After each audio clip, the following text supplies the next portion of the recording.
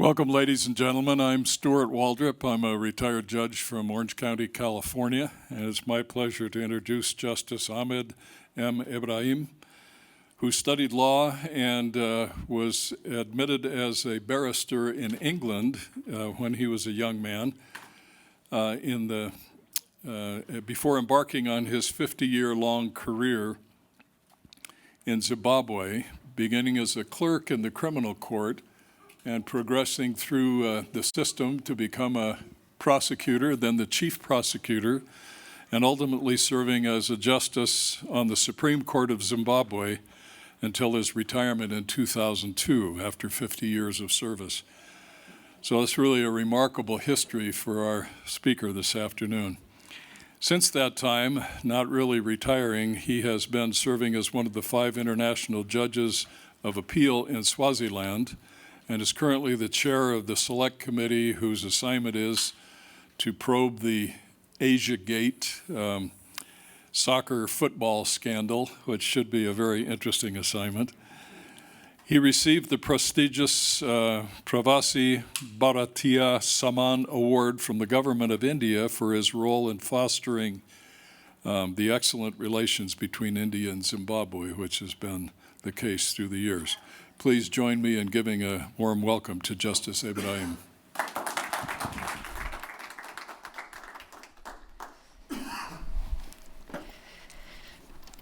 Good afternoon, Judge Wallace, my moderator, Stuart, my friend Roger, my distinguished judge from the Philippines, to all of you distinguished guests, ladies and gentlemen. I've come well prepared in the way of support. On my right, I'm supported by the Book of Mormon. To the right of that is the Quran. And just behind that are 2 of the great constitutions of this world, which represent the 2 great democracies of this world. One is the US Constitution, and the other one of the great democracies of the world, the Indian Constitution. For good measure, a much better version of the Constitution now is the Zimbabwe Constitution, which I bring with me, which is a typically Westminster-type constitution, which was handed through most of the colonial countries which formed part of the British Empire.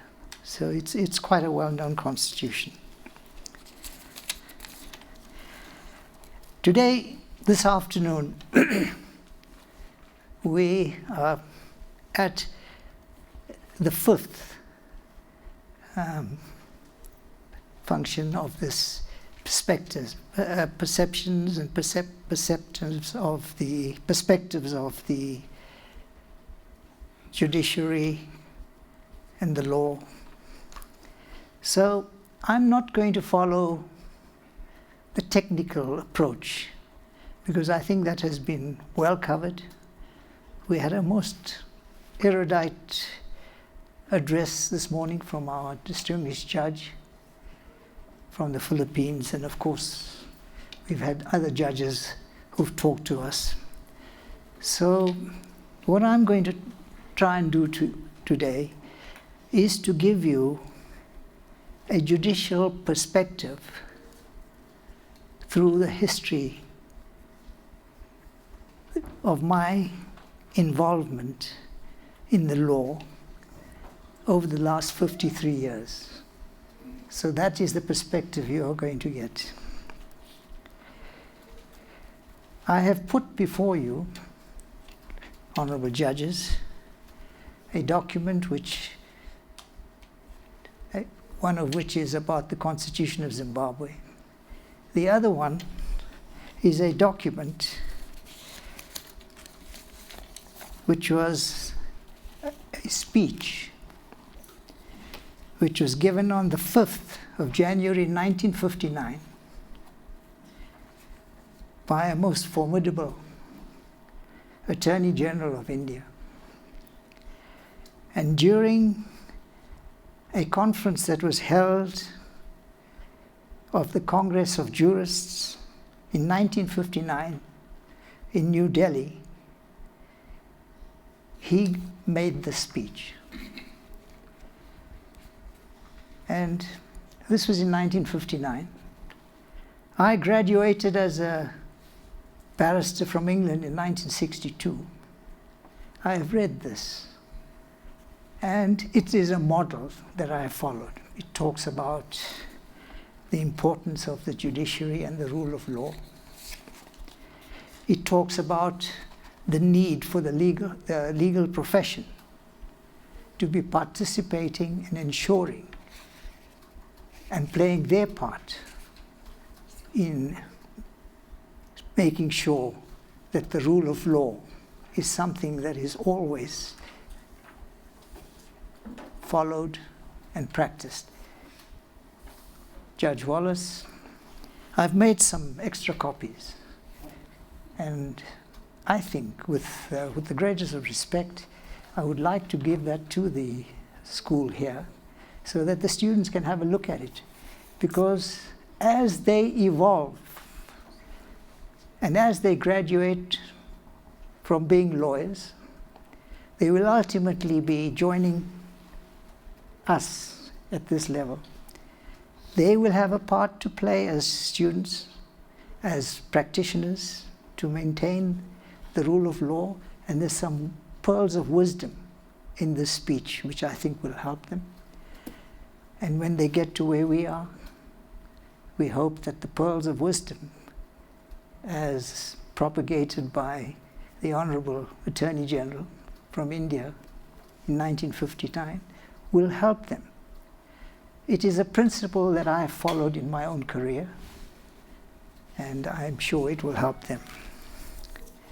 In addition to that, I am going to talk a little bit about religion, and I have put before you this chart, which I think you will find interesting, because, you know, there's a great deal of misunderstanding in religions. And I was particularly impressed when our judge from, I think, was it Norway, Gunther, addressed us the other day. A lot of what he said is what I actually believe in. And I will be referring you to a book that was written by one of your eminent professors of this country. And I commend you to secure that book, because it's about Islam. It is very objectively written, and like all books, there may be aspects in there that you won't agree. But it was written by a Professor Malcolm Clark. He taught at the Butler University in Indianapolis for 30 years. And prior to that, at Princeton Theological Seminary for 6 years. He received his undergrad in American history from Harvard, and his Master of Divinity and PhD at Yale. I can't think of anybody more qualified to give us an objective analysis. So when I refer to the aspects of religion, and what I want to talk to you about is the similarities and the misconceptions and the misunderstandings, and I want to try and put some of those aspects to rest, I am quoting his words. I spent my summer, after I received the kind invitation from Judge Wallace, reading that book, trying to confirm whether what he said was in line with what I believe. And I'm happy to say it was. If ever you feel the need, and because the Mormons are such a religious people that you wish to read a Quran, I would recommend that you don't go for the Shakespearean version. Read the one, a translation by this gentleman here, Yusuf Ali. It's very simple. Of course, like all religious books, when you read it, there will be aspects that you don't agree with. It's like all of us, no matter what religious book we read, there's going to be something that's going to cause us confusion. I gave a copy of this, the latest version, to my ambassador friend of the US in Zimbabwe. And I said exactly that. I said, there'll be some things in there that even I find a little bit confusing, and I'm not so sure. And he said to me, which religious book doesn't cause us to think like that? So I felt very much more comforted after he said that. Anyway, my career commenced 53 years ago. I had been admitted as a barrister in England in August 1962.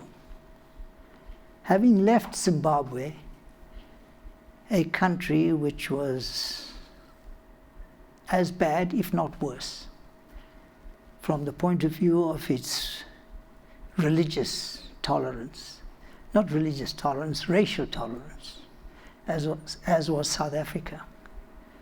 We did not call it apartheid, but the government practiced it as vigorously, if not more vigorously, than was practiced in South Africa. When I left, I had been going to school, which I now think was nothing more than up to primary level. I couldn't go to a school because the schools weren't open for me to attend because of my race. My parents thought, well, we'd like to send him off overseas, let him see what he can do. Well, I'm embarrassed to tell you, I went, and I struggled to get into a school in England, because when I was taken to the school for an interview by my English landlady, who really became like a family to me, they said, we're very embarrassed. I don't think we can take him in. He really knows nothing. So that's the sort of education that I was getting. But anyway, she persuaded them, and my career commenced. I was in England for 9 years, some of the best years of my life.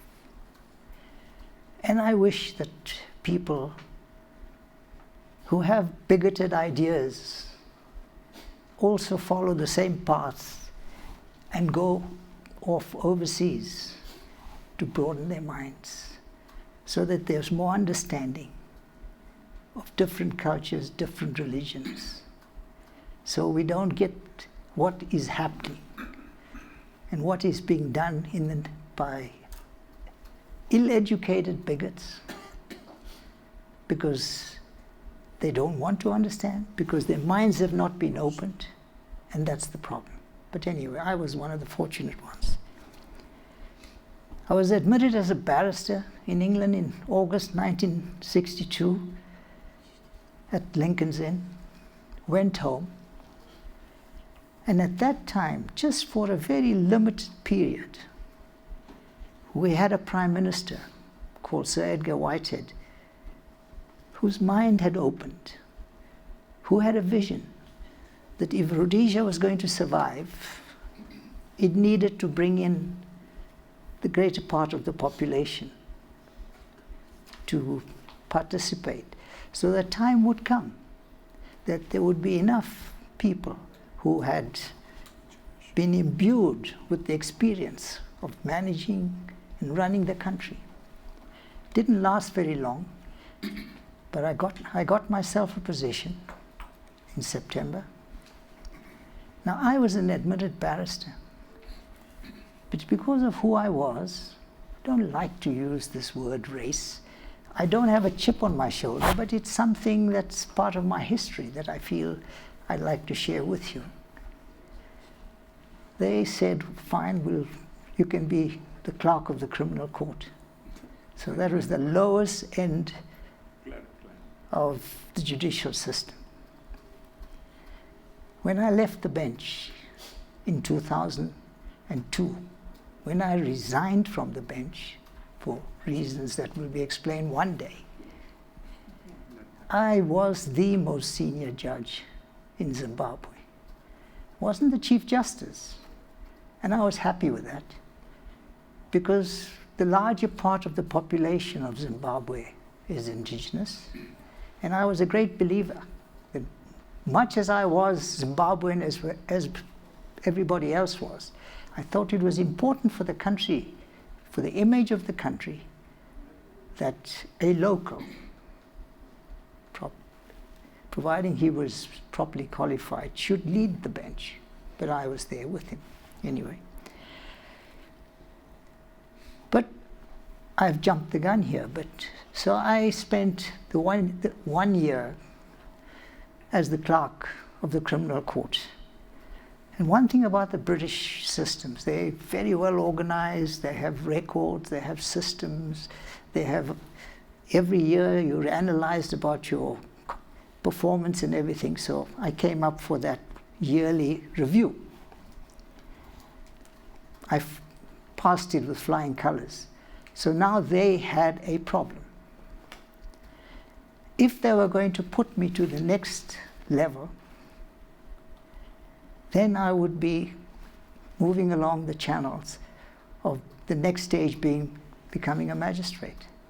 So of course they were not going to have that because of who I was. I'm sorry, Sean, but these are the realities, you know. Yeah. And they said, well, sorry, you know, we've got nothing, we can't complain about anything about you, but we can't put you onto the next stage in this particular ministry. So you'll have to transfer over to the next ministry. So we had justice on the one hand, law and order. So that's where I went. I said, I'll take that. Anyway, the same conclusion is made by me. I didn't even finish up being a magistrate. I finished up being the second most senior judge in the Supreme Court, and on the occasion in the Constitutional Court of the country. I don't make any complaints because I don't think, and I'm not being sort of patting myself on the back, but I don't think there's anybody in Zimbabwe today who knows the legal system as well as I do, because I've been from top to bottom. It's always the best way, isn't it, Judge? You must know the system if you want to make an effective, you know, if you want to be an effective player in the judicial system. Anyway, that's where I finished up. I spent 19 years in the civil service. It took me those 19 years to reach just the height of being the chief law officer. 19 years to become a chief law officer. Because that visionary Prime Minister, Sir Edgar Whitehead, had now been defeated. And we now had Ian Smith, a right-wing government who really wanted to go backwards. And there I was in the prosecution department. And every time I applied to go to the Attorney General's office, I was told there was no vacancy. So then what happened is students were coming from Cape Town and all these people, you know, and they were all joining. And I was teaching them because now I was a person with considerable experience in the prosecuting department. In fact, I was prosecuting the most complex of cases, whether they were frauds, and forgeries, and all that sort of thing. But to their great credit, not everybody were similar in thought as some of our politicians was. These were my friends. They were members of the minority communities. I hate to use the word white and black, but just to make it quite simple so you know what I'm talking about. These were my friends. And as they applied and they were being pushed forward to the Attorney General's office, they would complain. But we've been taught by him. Why isn't he being put up here? Oh no, his degree is a fish and chip degree. Anyway, so we now got to the stage where a person who'd been in the Attorney General's office would come down and run the prosecution service. He'd be the senior public prosecutor. And this went on for some years. And each one couldn't take it. It was a vast responsibility. It required you to be able to service the entire prosecution department throughout the country in the magistracy. It required for you to be able to talk to the police, the investigators. And the pressures that these young men were being subjected to was just too much. After a year, they would say, no, we've had enough, we want to come back. But they kept agitating. They kept agitating. Why not him? Finally, in 1975, the Attorney General condescended and said, you can go. Well, I didn't stay there for 1 year. I finished up staying there for 5 years. Enjoyed the responsibility. Enjoyed the interaction with the police investigations. They found that they could pick up the phone me and ask me what they should do about a certain investigation. One of my virtues, and I'm not showing off about it, is that I was not scared to make decisions. I was able to say to them that, look, this is what you've got to do, this is what you've got to do. Another thing is, attorneys now felt they could come and talk to somebody. You know, we've got a situation, well, we had a situation about a year ago, where regardless of what was contained in the docket, the prosecutor would say, no, just take it to court, let the court decide. There wasn't that element of confidence to say, no, there's no case here, and I'm declining to prosecute, and I'll give my reasons. I must tell you that when I first arrived as the senior public prosecutor, the police were all basically retired people from England and all that, good people, brilliant investigators. And I still remember one of the chaps said to one of his colleagues, which came back to me, who's this chap? Ahmed Ebrahim. He said, we'll soon show him who's boss. Well, it finished up by the time I left. Judge, I'm not trying to sort of pat myself on the back. What I'm trying to do is to tell you the sort of things that we were subjected to. It's part of my perspectives in my judicial career. When I finished up, he was one of my best friends, because suddenly there was this ability to interact, to get things done, and that's part of the history. Anyway, by this stage, I was there from 1975 to 1980, and the advent of independence was just at hand. A member of the Attorney General's office from England and his colleague came talking to the people about the law and what things needed to be done. So I'm at home one evening, and I get a phone call from the Attorney General. And he says, Ahmed, there's this course in London, a 6-month course. Teach you about treaty writing, teach you how to hold conferences, teach you about the International Court of Justice, send you to the United Nations so you know what that is. Now, you know, Zimbabwe is now going to become independent. They're going to need people to be able to deal with that. So I said, oh yes. He said, well, you know, they're insisting it has to be somebody who's black. And you're the only black person in the Attorney General's office. Well, to me, this was the greatest thing that ever happened to me because, you know, I was now going back to a country which is my second love, Britain, England. I loved the country. I was then able to go back to my old haunts, relive some of my childhood, I suppose. And that's what happened.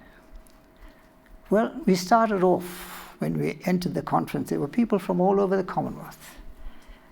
And the placard in front of me to show where I was from was Zimbabwe, Rhodesia. It was in January. And at that stage, the first few months, it was Zimbabwe, Rhodesia. Come April, I went home to get Julia and the children to come back. When I got back, it was now independence. And that was removed, and it was Zimbabwe. Yeah. Anyway, that was one of the great experiences. I came to the United Nations. I went to Strasbourg and International Court of Justice. And just as it was finishing, I was invited to attend a lunch by the legal director, a gentleman called Ian Pope, who'd come from New Zealand, and he wanted to retire. He was the legal director of the Commonwealth Secretariat. Very, very important position.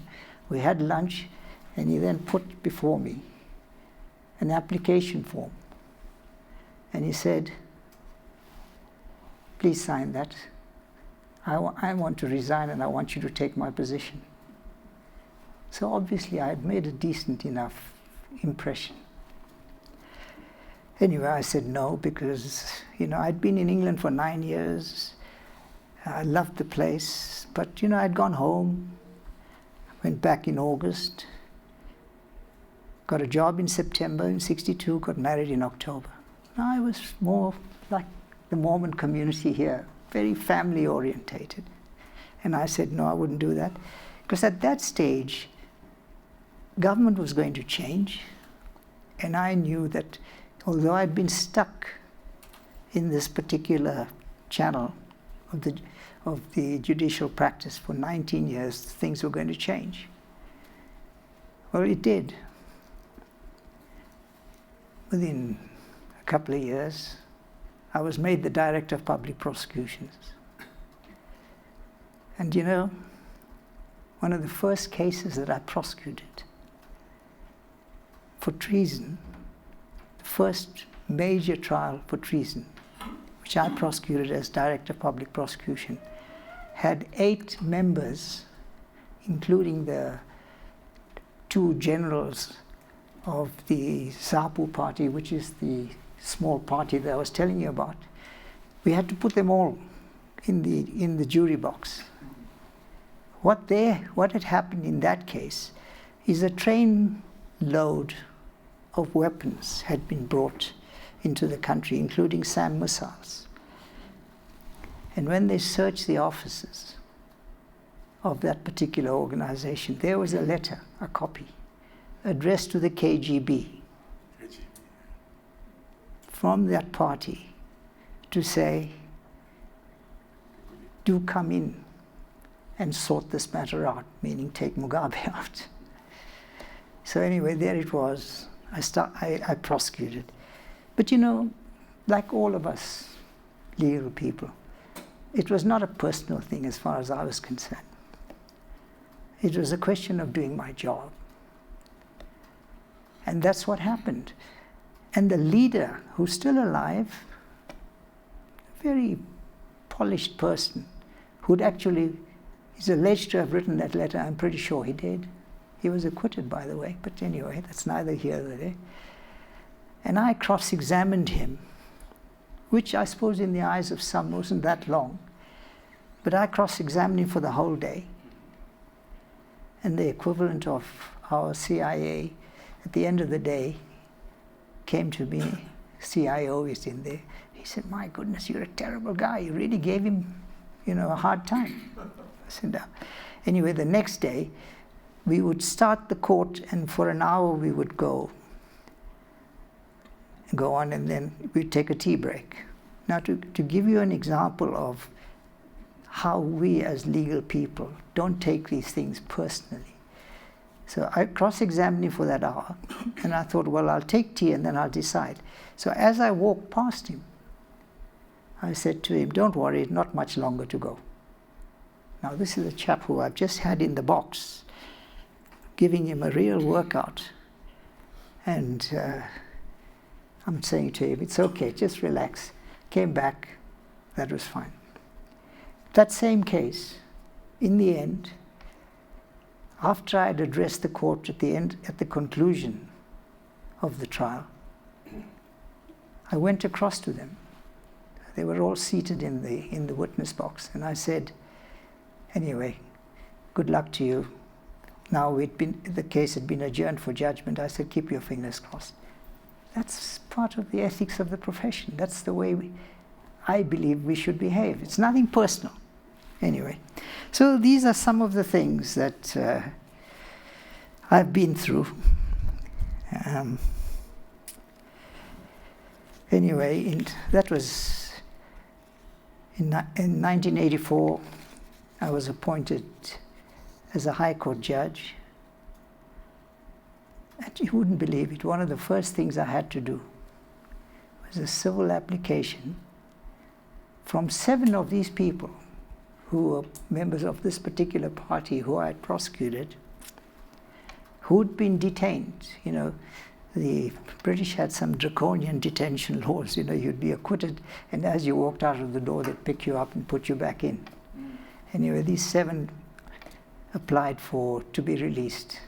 And I thought, I'm sure they must have thought, goodness, now he's going back in front of this chap who's just given us such a gut. Anyway, at the end of that hearing, I actually ordered their release, because that's how we behave. That's part of our legal ethics.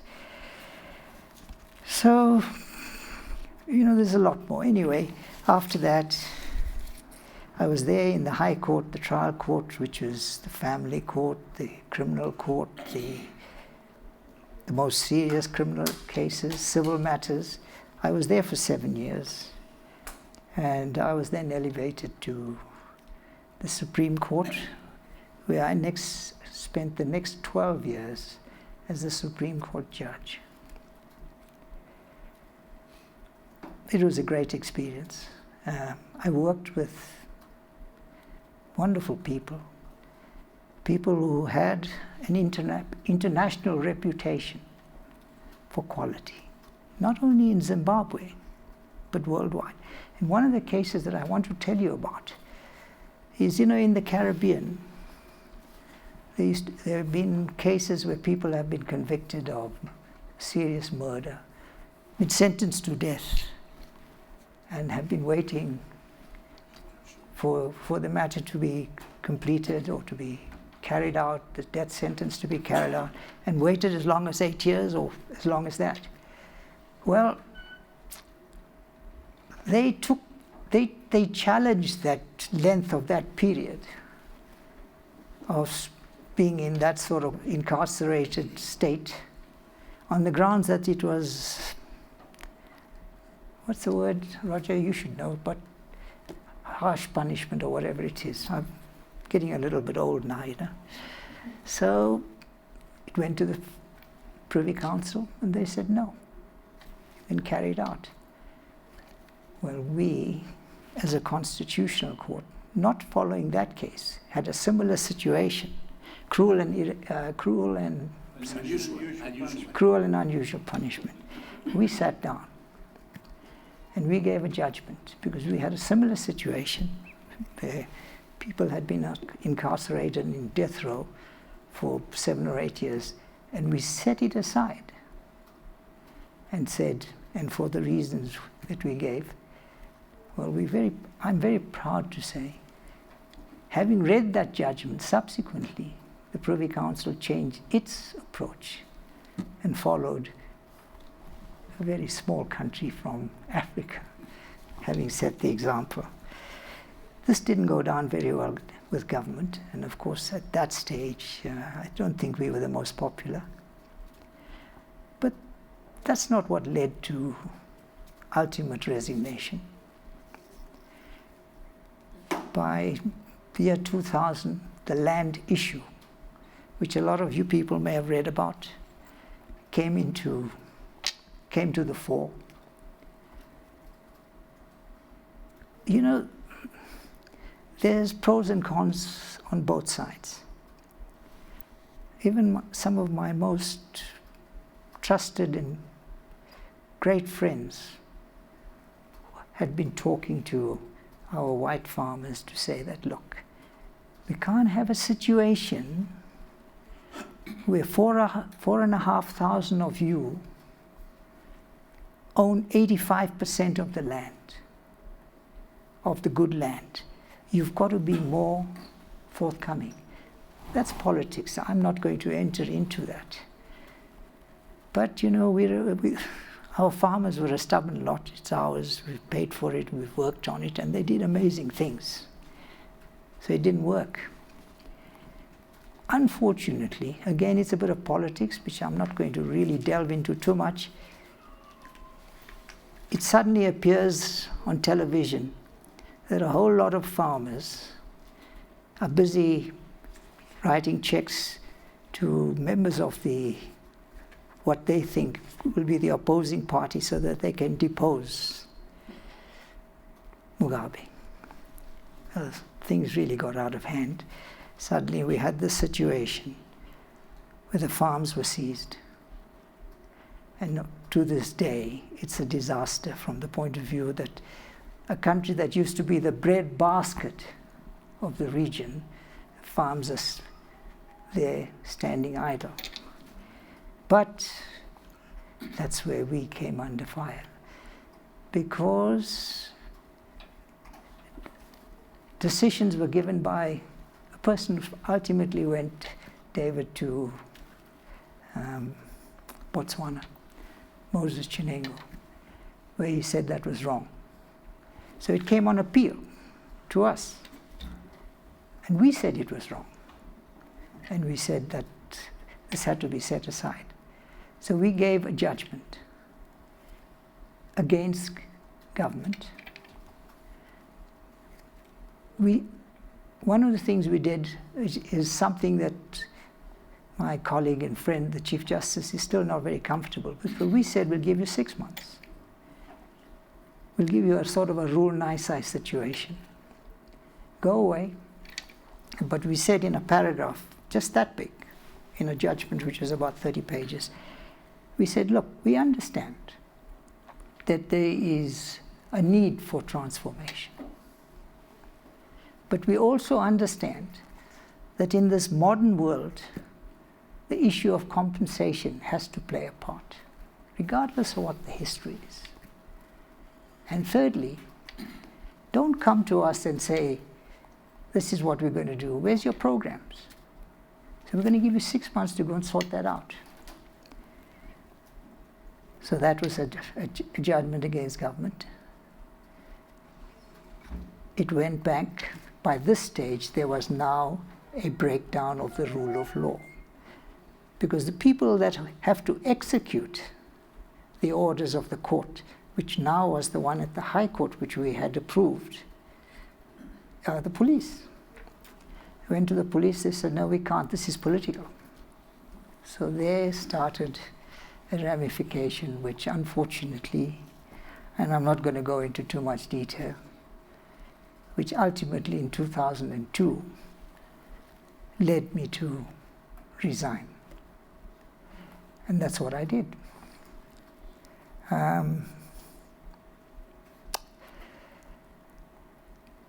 Why I did it will be recorded sometime in the future. I'm not going to do it now. It was a difficult period. And there's all sorts of things that happened, which I'm not going to talk about now. But the final case, I didn't resign just then. Just before the next election that took place in 2002, an application was brought before the Supreme Court. I was presiding. I had a very strong judge who'd been part and parcel of the Supreme Court in my day. But we, by this stage, had 8 judges. 3 judges had been shunted in, you see. And there was an application to strike down 23 pieces of legislation. So we went in at 9:30, listened to the matter. There was no doubt that those 23 pieces of legislation had to be struck down. They hadn't been properly passed. Election was just about a month down the road. So we came out. I sat down with my 3 new colleagues and my strong right arm. And we said, look, for these reasons, there's no doubt we have to allow this application. One of them hummed and hawed, then joined us. The other one hummed and hawed, and I said, well, that's fine, you can write a dissenting judgment. I don't think he liked that because it was not an easy matter. So, no, it's okay, I'll go along with you. So we now had a 4-1 situation. So I said, fine, it's 12 o'clock now, let's break for lunch, and we'll come back at 3 o'clock and I'll give the order. And then my reasons will follow. At 3 o'clock we went in, I gave the order, struck down the 23 pieces of legislation. I printed, wrote out, prepared my reasons, handed them down on Friday, and was out of office by Saturday. And that's how my Supreme Court tenure in Zimbabwe ended. But you know, the surprising thing is, I'm sorry, Stuart, I think I'm talking for too long now. Should I stop? I don't know. Judge, what do you think? He's in charge. Okay. All right. So then I think I'll just finish on the judicial side of it. I won't worry about the religious side of it now. Just then, you know, I was out of the judicial sort of setup for a period of about from 2002, and then came the opportunity of the Supreme Court of Swaziland decided they wanted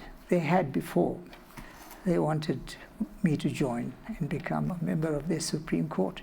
And I spent the next 7 years in the Supreme Court of Swaziland, had already decided that I would leave in December. And you know, what I found very satisfying is that the people that were there was a person from the Caribbean, there was a person, one of the top judges from Ghana, there were the legends from the South African bench. You know, some of the judges from the South African bench were really top class.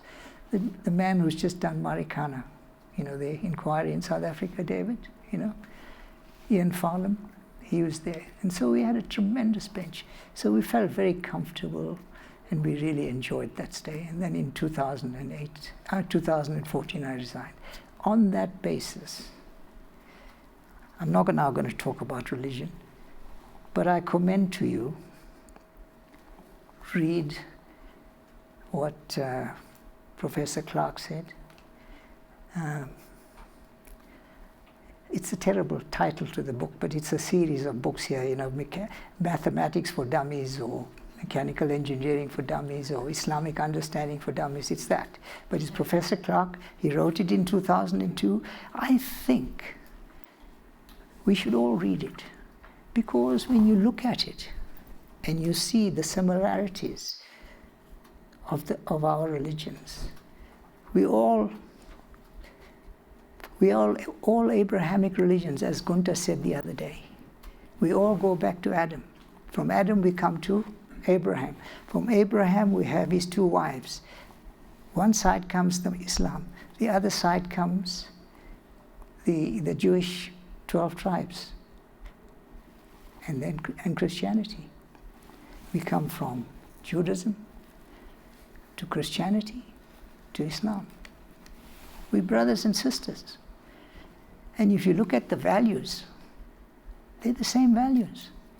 What will surprise you, and what I still have to pinch myself to see if it's true, and I test myself against our imams, that in Medina, which is one of the 2 cities important cities of our religion, where the Prophet Muhammad is buried in Medina, there is an empty grave. And we believe that that is a grave when Jesus Christ returns. That's where he will be buried.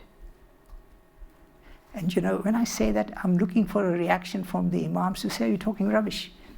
I'm not talking rubbish, but that's what we believe. So, Moses is a great prophet in our religion. Jesus is a great prophet in our religion. We believe, so we're all the same people. So we must try somehow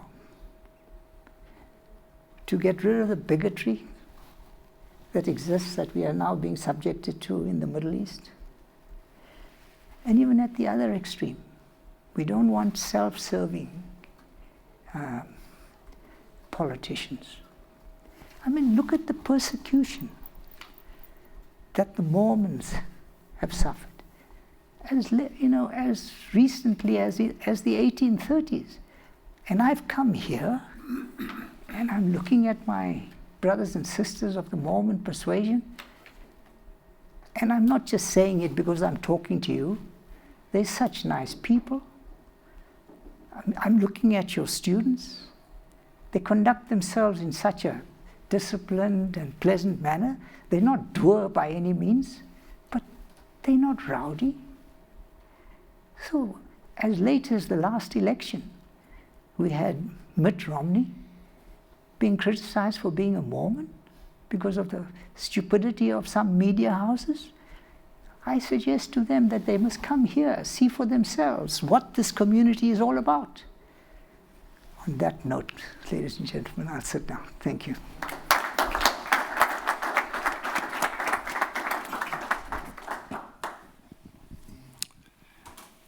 Thank you, Justice Ebrahim. We actually started 15 minutes late. Technically, I suppose we were supposed to be in the break. If any of you feel a need to step out, that's fine. But I think if it's all right with you, Judge Wallace, we can, Final session at 3:15. 3:15. It'll start on time, and that's the concluding session. Okay, so your choice. You can depart or you can stay and ask questions of Justice Ebrahim. Do you have a question, sir? I would assume that since we were given a copy of this document regarding the 213 Constitution, Yes. I would assume that this will be considered as part of your presentation. Well, if I was going to talk about, be specific, that's just an indication that there is freedom of religion Yeah, in Zimbabwe. so that is correct. But Yes. my question is, does the Constitution, anywhere in the Constitution of Zimbabwe, provide for a specific provision regarding separation of church and state, making that separation of church and state is inviolable Yes. or none at all? It doesn't provide, but I believe if I was sitting on the bench in Zimbabwe, and if I there was see. any dispute about it, I would hang my judgment in terms of that clause, which would be total freedom. So we will assume that in providing for freedom of conscience, which includes freedom of religion, separation of church and state, is built into it. Is Built into it. it built? We into it? assume that it is there. No, it's absolute. That's my understanding of it. Okay. Robert Mugabe is now 91, 92. 92. He became president in 1987. Did you find that there were challenges based on his influence, or was there an attempt in any way to compromise the independence of the judiciary in Zimbabwe? Never in the history of my involvement with the judiciary in Zimbabwe was there any interference directed at myself and my colleagues. We were all traditional jurists with traditional values, and there was no ways we would tolerate that. Things may have changed, but I'm not going to comment on that. Other questions from any of you? Why don't you just join me in giving a round of applause to Judge